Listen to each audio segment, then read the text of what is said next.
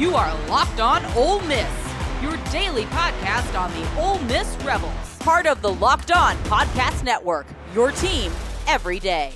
Thanks for making the Locked On Ole Miss podcast your first listen every day. We're free and available wherever you get your podcast, including YouTube. We're part of the Locked On Podcast Network, your team every single day. Hello, everybody. I am Steven Willis from the Locked On Ole Miss podcast. He is Daylan Flowers from the Daylan Show, and we're going to be talking about fall camp because we have turned the page. How are you doing, Daylan? Doing well, man. Everything's going good. Can't complain right now. Yeah, it's really interesting. You've done some broadcaster camp type stuff. I've seen you online and Twitter. I think you were in Minneapolis at a Twins game. It's like you are jet setting around the country. So you come back and it's like, hey, let's just immediately start talking about fall camp. And with fall camp coming in, what do you think the main storylines that we need to pay attention to going into this fall camp? I think there's two kind of key things at the top of my head right now. I know there's a lot of talk, especially from the national media, just within our running back room. Obviously, Quinshon Judkins is gone, and Ulysses Bentley will take over that role. But we added a lot of acquisitions to that running back room this offseason for a lot of different reasons. And I think a lot of questions obviously will be asked in terms of who will get more of a dynamic role, with obviously Ulysses Bentley being the starting halfback, but kind of who will be more of his complete, number two, and what kind of role we use our other running backs in. I think a lot of questions are there. Obviously, I think we as Ole Miss fans know a lot about Ulysses Bentley, and people have really kind of studied him, know who he is. But I feel like a lot of the national media that may not know a lot about Ole Miss football may not know exactly who he is. So I think a lot of it will be talked about that running back room and just kind of where it's at after Quinshon is gone.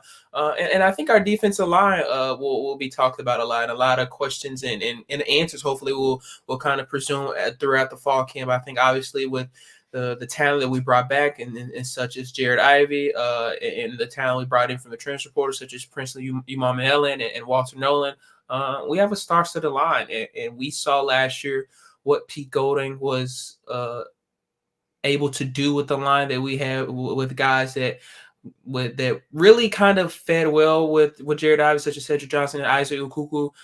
So I'm kind of really excited to see what the new line brings. Princely is really a fantastic guy off the edge and has shown such key remarks of being one of the best defensive rushers in the country. And obviously Walter Nolen's resume is single to none in the country. And so I think a lot of questions will be there in terms of how much they will improve, how will they fit in Pete Golding's system, and how much just kind of noise they will make early in the season. Because I think within our schedule, early in the season is really important to kind of set the tempo and the momentum for the rest of our conference slate.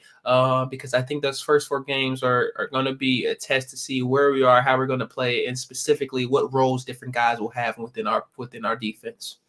Yeah, and last year, Pete Golding, whenever he went against offenses that were bad to mid, he absolutely dominated them. Mm-hmm. It just wasn't even close. If you saw what he did to Penn State, if you saw what he did with Arkansas, saw what he did to Mississippi State, he just choked the life out of them and smothered them. But whenever teams were good enough to match up to where their athletes had a little bit different level than what we had, they struggled against LSU, against A&M in the second half. They struggled against Georgia. I mean, we don't even need to think about that. Those elite athletes almost struggled with, and they needed to upgrade. So you go from J.J. Pegues being the number 1 option on the defensive line to him being the number 3 option on the defensive line. You go from Ole Miss having a problem at linebacker to Chris Pupal and T.J. Dudley and potentially showing up into that room to shore it up. And then they went man coverage on the outside. Trey Amos, Isaiah Hamilton, those guys. I think that is the storyline of fall camp is this offense is supposed to be really good. Mm-hmm. We at least need to hear a few days to where they did not move the ball at all against this defense. That's true. And, one big thing that I will never forget about last year's defense is we had a lot of positives, obviously, from Pete Golding coming in from the year before, but we struggled really bad with open field tackling. And I'd love to see with the new acquisitions, just the kind of changes Pete has made within his staff, how that changes within our defense. That is something that can really win or lose us a lot of games this upcoming year. And I think that's something that can be worked on really well, but can also, again, flag us really big in big games. And those first couple games in our schedule that are winnable, of course, Wake Forest, Middle Tennessee, Furman, those type of games, they will really be games where we kind of see who can prosper, and especially in terms of a lot of our incoming freshmen from our incoming freshman class, some of the new transfers that maybe not have got a much cut at other schools that we thought they should have, and now are here and maybe prosper different under Pete's system. I think those first four games will really be monumental in terms of how comfortable a lot of these new guys are seeing in the system, how well they play within one another, and as well, what type of kind of key schemes Pete will have and how well he will be able to adjust to different offenses before we get into that conference play in the season. Yeah, and Daylan, it should be really interesting to see how Pete handles this, because the Ole Miss defense with this offense, all coming together. You always hear like Josh Pate and Jake Crane and those guys talking about a balanced football team. This is going to be one of the few times that you've had a really balanced Ole Miss football team. The last time that Ole Miss probably had this was 2014. Yeah, and it's very exciting as a fan, but it also gives you a bit of comfortability as well. Like you see teams that they go up and they may score, and you'd be like, okay, our offense needs to put up points. We feel comfortable in our offense in doing that. Our offense may turn the ball over, but our defense needs to get a stop. We have comfortability now in our defense to be able to do that. But I say this as well. Elaine has been saying this. He's said it a lot through the SEC media days, and has been saying it a lot this offseason as well. And I think it's a really big point. We have a lot of talent right now, but it doesn't necessarily mean we're going to be a good team. And I love that point. And it's kind of referred to what we said a lot last year within the team, just kind of being 1-0 and not focusing on weeks in advance, just focusing on the game at hand. That's really important. We have, we said this last year, but we can say it again. This is probably the most loaded roster in Ole Miss football history. But we have yet to see them play together yet. So we're excited, but we also have to see the totality and what the actual equal will be on the field. So I'm definitely excited, but there's still going to be a lot of work to do, and a lot of guys that are still coming back from the injury list as well, that hopefully will, close to that season and camp start, will be 100% and be ready to go when the season starts for us as well. Yeah, it should be really interesting. And just so everybody knows, it looks like that we are about to start back on our Subtext program. Those who were with Locked On for a while remembers what we did with Subtext. And basically what that is, it's a text message that you subscribe to, and then we spin out like breaking news and things like that. Well, me living in Central Florida, it's difficult to do that. But this year, what I'm going to try and do, since Locked On's asked everybody to start that back up, is find people that are near Oxford that can be true insiders and find stuff up. So you can find some things that are valuable along with what I can bring to the table as well. So we are looking at sometime in the next couple of weeks starting that back up as well. But anyway, thanks again for making the Locked On Ole Miss podcast your first listen. When we come back, we'll talk about, hey, there's a uniform situation in college football 25, and is it predictive? I don't know, but we'll talk about that in just a second. Stand by. So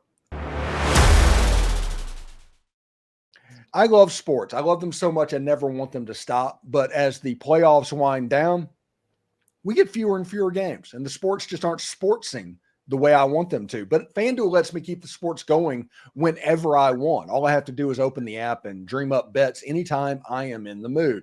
And this summer, FanDuel is hooking up all customers with a booster, a bonus daily. Maybe you can bet on the Ole Miss Rebels over-under of wins, which is currently 9.5. Or maybe you're interested in Ole Miss being minus 122. I think it's 130 according to MGM now. To make the college football playoff. Or maybe Jackson Dart at plus 1,500 to win the Heisman Trophy. Maybe that's your flavor. That's right. There's something for everyone every day, all summer long. So head on over to FanDuel.com/lockedon to start making the most out of your summer. FanDuel, it's the official sports betting partner of Major League Baseball. Are you watching Fox Sports or ESPN on your TV all day? Have to turn down the volume? With all of that screaming and shouting, make the switch to Locked On Sports today. It's a free 24/7 sports streaming channel programmed for you each and every single day to bring you the biggest stories without all of that screaming. Locked On Sports Today brings you can't-miss analysis, opinions, and news streaming 24/7 on YouTube or the free Amazon Fire TV channels app, part of the Locked On Podcast Network, your team every day. Also, Locked On is going to launch 2 more 24/7 streaming channels. One is going to be NFL based and the other is going to be college sports. This is going to feature yours truly, and I'm going to be completely full of myself, Daylan. So, all right. So what we have here, Daylan might be the only college student that hasn't played college football 25, by the way, and we're going to go ahead and preface that. But in college football 25, the Navy jersey and the powder jersey has the Ole Miss, but the Ole Miss has red accents on it. So it's outlined in red. It's like a stroke on there. And it looks really good. I mean, it looks real good, especially on the powder jersey. It's kind of a Houston Oilers-esque look to it. But my question is, do you think Ole Miss let them know to do that and design the uniform, or was that just a mistake and they omitted something and made a mistake? Because the uniform looks good. We may not get those, but perhaps we'll get them in the future. I don't know. That's a good point. I think maybe in a future standpoint, I've seen them, haven't played the game yet, but I've definitely seen just the jersey types and the different things. Look, I think our team and our social media team has really bought into just things like this over the last few years, and we kind of seen that not too long ago with the new white jerseys and the kind of the old Vapor Max look as well on those jerseys. I definitely wouldn't be surprised if this is something they would actually implement. I love it. I think it kind of brightens out the jersey in a way that just kind of the normal, if we have the powder blue, just the white Ole Miss on it, kind of just stands out. But I think that the outlining makes it pretty cool as well. And these things matter. I know we're just kind of talking about it right now, but like simple things like that really do matter in terms of just trying to recruit better and kind of reaching a different standpoint and social media wise. Those things matter in today's college football. So I definitely wouldn't be surprised. I feel like right now, maybe not. I think we may have gotten an announcement already if they were for this upcoming season. But hey, we really don't know, because I know we do different jersey types and different uniform combos every game. So hey, we can't really count anything out. But I definitely would love to kind of see those implications be put into the real life situation soon. The background on the SEC patch on the red jerseys, because of the production day, is powder blue instead of navy blue, which that's a change, which means that potentially the other patches could have changed as well. Yeah, and I think those simple things like that as well make big kind of standouts on the jerseys as well. I'm a powder blues are probably my favorite personal jersey of ours, and I love just kind of the different small remarks that they've made in the game that hopefully we may take and put them in our IRL kind of jerseys as well. And I think in different situations like that as well, how much money can we actually get off small things like that? And so I love the ideas of it so far in the video game. And like you said, I really wonder how much implications we actually have on that, or that's maybe just the video game kind of producers doing it. I wonder who's working behind those scenes and made that happen. So that's kind of an interesting story that hopefully we may find out one day. But I love what they look like in the game so far. The game, I've heard good things so far. I haven't played it yet, but I'm pretty excited in general, because it was one of my favorite games growing up, and it's kind of glad to see it be back and just kind of be back in focus of what the football landscape for college is like. My first game that I played on it, first game that I played of NCAA football in probably 15 years. At that point, but I went ahead and got the game. I supported it. But the first one was I did the Johnny Vault throwbacks, which was the powder helmet with the numbers on the side, the navy jerseys, and the gray pants. And I matched up against Georgia because I have a thought. That when Georgia comes to town, when Georgia comes against Oxford, Ole Miss earns the right to wear this jersey, because you can't wear this jersey unless you earn the right to do it. I think. I think you need to be 7-0 or 8-0 going into that game to wear this jersey. And the reason I say earn the right is this is the jersey that Johnny Vault would have wore in a game like this against LSU in 1959. You know, that is what it would look like. So when I say earn the right, I mean you need to be at a level to where you deserve to do it.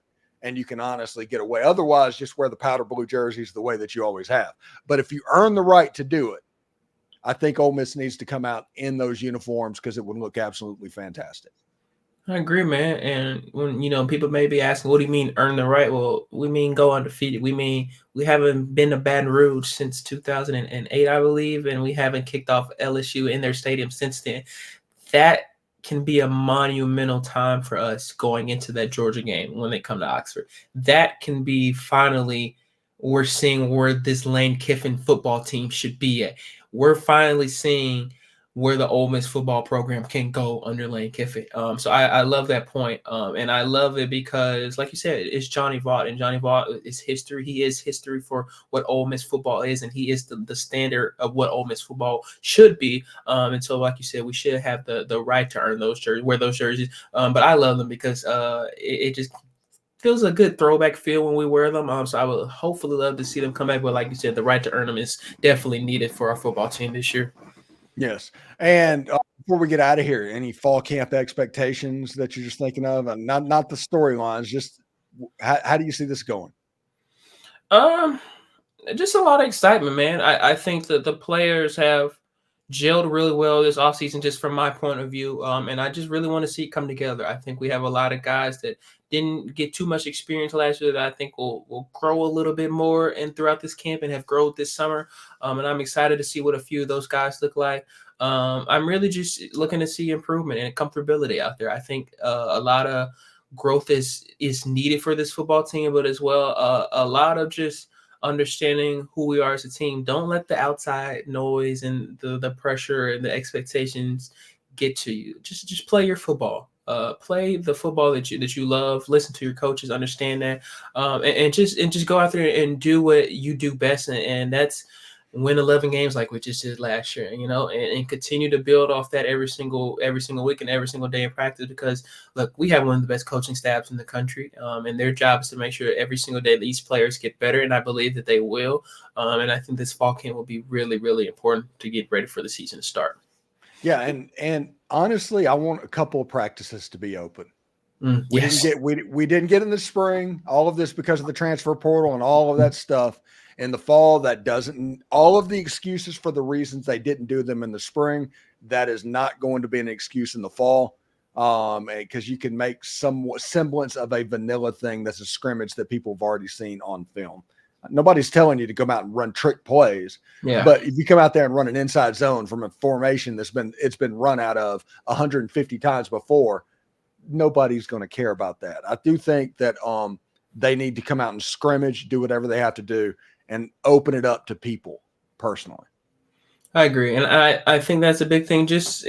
I say this is my standards for Jackson Dart. I have a high expectation in this year, and my goal for him is to be in New York at the end of the year and be a Heisman finalist. So I would love to see how he's progressed this offseason, how his deep ball looks, how he's reading the defense quickly, how he's is understanding the formations before he gets up to the line. So I think that's really important. I think that for fans and for fans like myself that are able to kind of communicate it back to people, we would love open practice this year.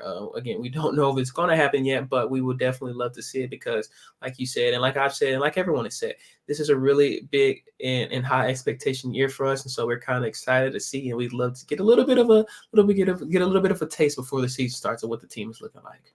Yeah, and when they do open practice, with all the people that I talk to all the time and everything, we're going to get about 6 different perspectives from an open practice. I mean, we've built up a pretty good thing, starting with Daylan, who is going to be in the stadium if he's in Oxford. Now, if they open practice on August 2nd, he might not be there, but if they open it on August 15th, he probably will. Yes, sir. Yes, sir. I definitely should be there if they open it later, but I'll figure out some type of way to make sure I'm there regardless anyways, but we'll get it figured out, y'all. Thanks again for making the Locked On Ole Miss podcast your first listen every day. We're free and available wherever you get your podcast, including YouTube. We're part of the Locked On Podcast Network, your team every single day. Daylan Flowers joins the show. You interviewed David Eckert. Tell me about the Daylan show. What are we doing? Just had a great conversation with David. Absolutely fantastic. Really one of my best conversations I've had in 4 years of doing the show. I've actually been pre-recording a lot. I'm actually heading out Wednesday again to do some more traveling. So I've got like 3 more episodes that I have lined up and just got 2 more left of season 4 to record. So I'm almost done and wrapped up with season 4, which is absolutely insane for my mind. I think about it. I'm already have done 4 years of the show and going on 5 years soon. But it's been definitely, this 4th season has definitely been the most progress I've seen in terms of just viewership and just kind of fandom outside of my own world. And so I appreciate you and I appreciate everyone's support. It's really been a tremendous growth year since I started season 4 in January. And so I thank you guys and appreciate you a lot for your support. Yeah, and thanks a lot. And like I said, anybody that's interested, you just want some sports takes, going over to the Daylan show. They have pretty good sports conversations all the time. Anyway, thank you, buddy, and we'll talk to you next week. Of course, hotty toddy, y'all. Take care.